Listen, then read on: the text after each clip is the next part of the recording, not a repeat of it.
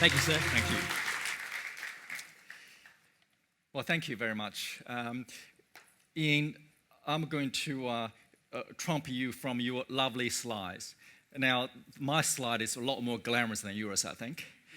You can all agree with me, looks like a palace, isn't it? But this is not any palace. This is my palace, the palace I was born into. It's a Chinese communal village. It's quite amazing as a former dancer. I had no choice but to pretend to be creative. Otherwise, I couldn't ever have lasted the distance, or let alone excel at that art form. I mean, the incredible thing was, look at this picture. It brought me back to my rather restrictive and conformative days under Mao's communist regime.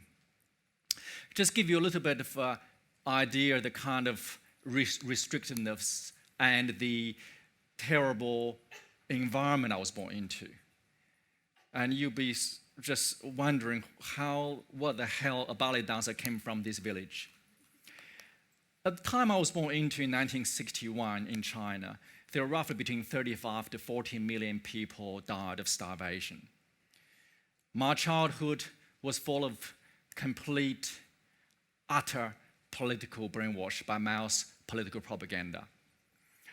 We were to sing communist songs, dance the political ballets, to brainwash the belief we were absolutely lived in the most terrific, privileged lives imaginable.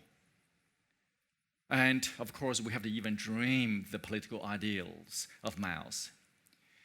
That was the kind of life I was born into, that kind of childhood upbringing I had endured. And on the other hand, there was another quite strange thing that happened.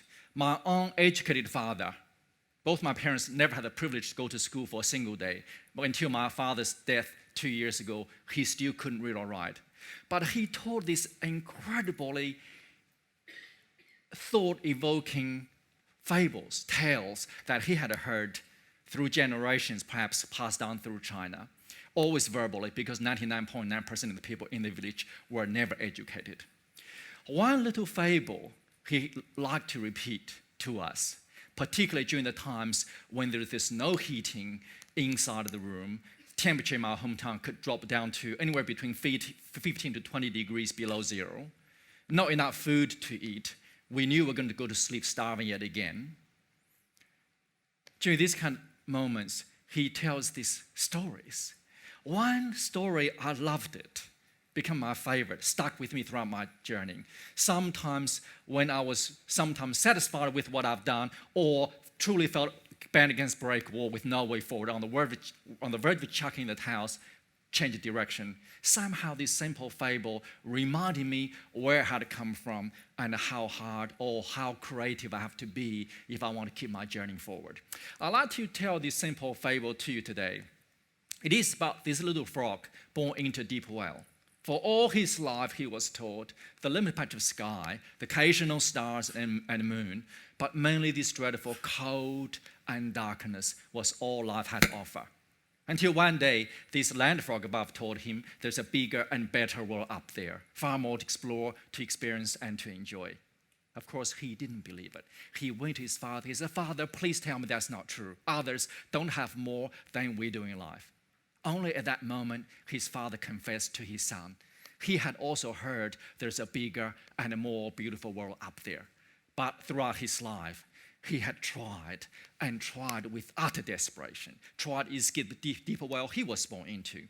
He told his son there's simply no way out for them. The land was too far away for them to ever escape. So he told him to give up hope, accept the sad fate, the limited environment they were born into. That was the sad fable my father taught me. Perhaps along the way, he and my forefathers before him had given up hope of ever escape that deep world and live in a bigger and better and more imaginative world. But somehow for me, upon hearing that story, forever planted the seed to dream, seed to imagine. I just desperately imagined, what if I have this opportunity to get out that deep well I was born into? What would I do with my life? My imagination, my dreams just ran wild. And for all I hoped from deep my heart, this opportunity will come my way one day. And then this incredible opportunity all of a sudden happened. Still remember this moment so vividly. It snowed so hard the night before and continued to snow the following day. Snow had piled over a meter high across the countryside. Peasants barely shoveled this thick snow, parked the dirt road so people could simply pass through. That day, I was wearing these thick cotton quilted coat and pants my mother had sewn for me. With that, I looked like this round snowball. We were sitting in this heatless, freezingly cold classroom, which made out of simple mud climbing shack, much worse looking than that.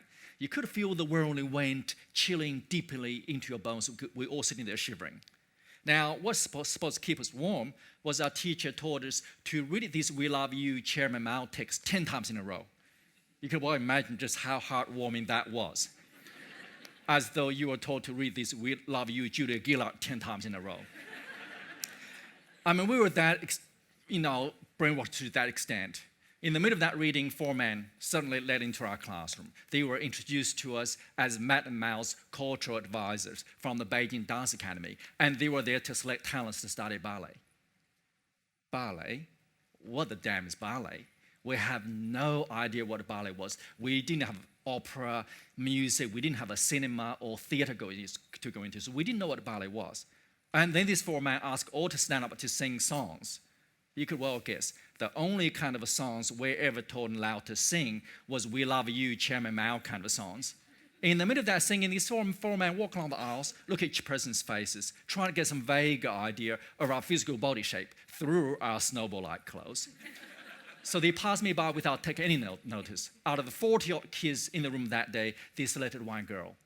Just as when they were to walk that girl out the door, my class teacher hesitated and suddenly tapped on the shoulder of the very last gentleman, virtually just as that man was about to walk out. She said to him, "Excuse me, sir, what about that one?"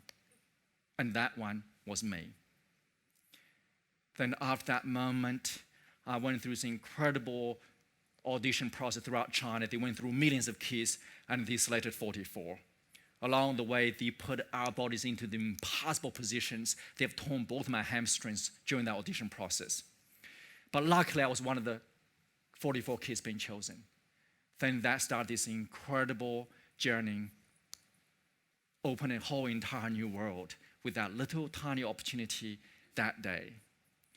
And it gone on for 7 long years of training at the Beijing Dance Academy, where we spent nearly half the time for the first 5 years learning Mao's grand words in his red book, and practice ballet, dance, other form of dance, the other half the time. And then eventually got discovered by this wonderful ballet master from the Western world called Ben Stevenson. And I was invited as one of the first cultural students ever being sent out of China going to America.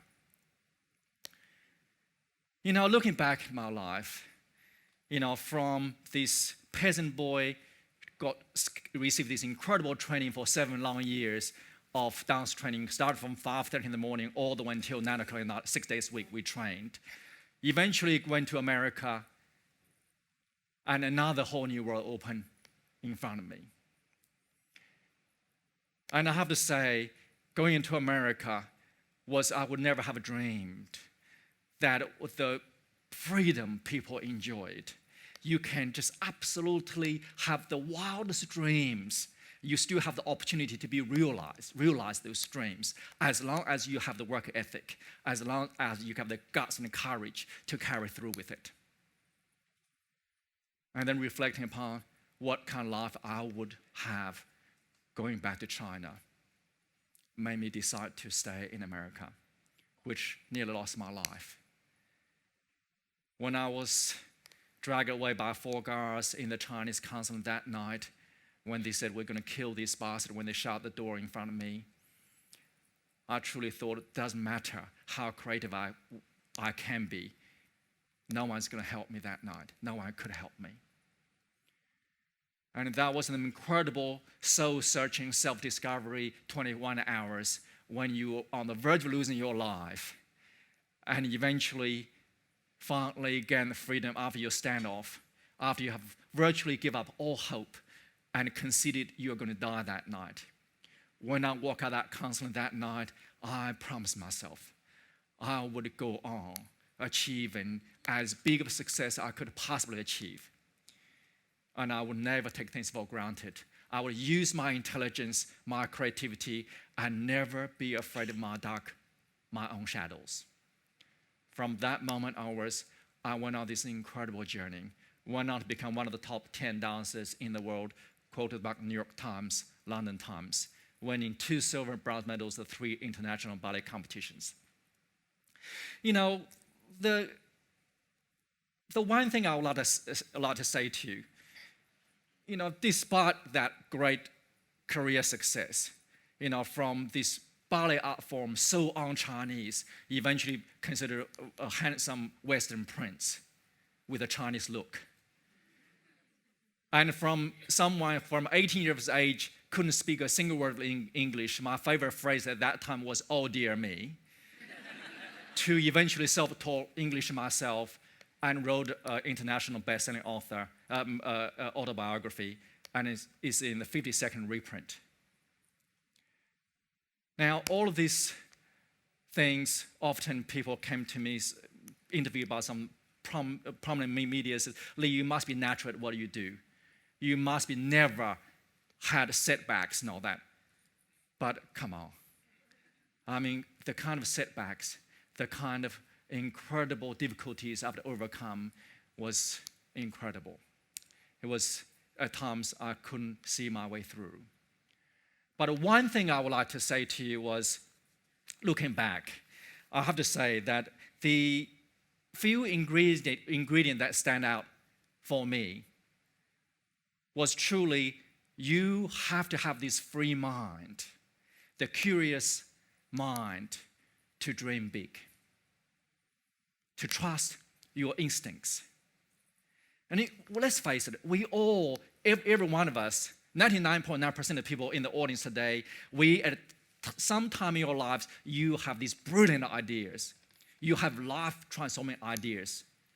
You have these incredible inspiration, motivational moments.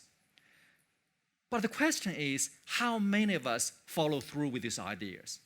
How many of us all of a sudden have 100 or thousands of negative thoughts that prevent us from taking the first step forward to make them become reality?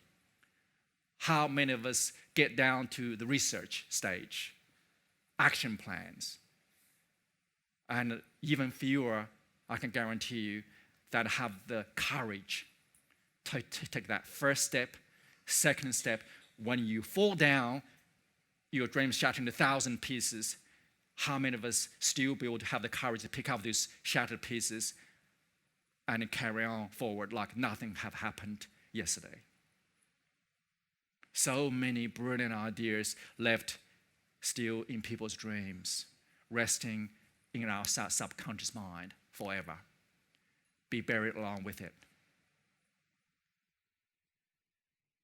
And I have to say, creativity, in a simple personal experience, I would summarize it as such. Creativity, it is about breathing it, dream it, living it, and relentlessly pursue your ideas and ideals. If you can have those kind of ingredients, those kind of mindset about creativity, about making something worthwhile, about achieving great success at the end of the day, those are the personal ingredients you have to have. Without them, you cannot possibly achieve anything meaningful in life. Thank you very much.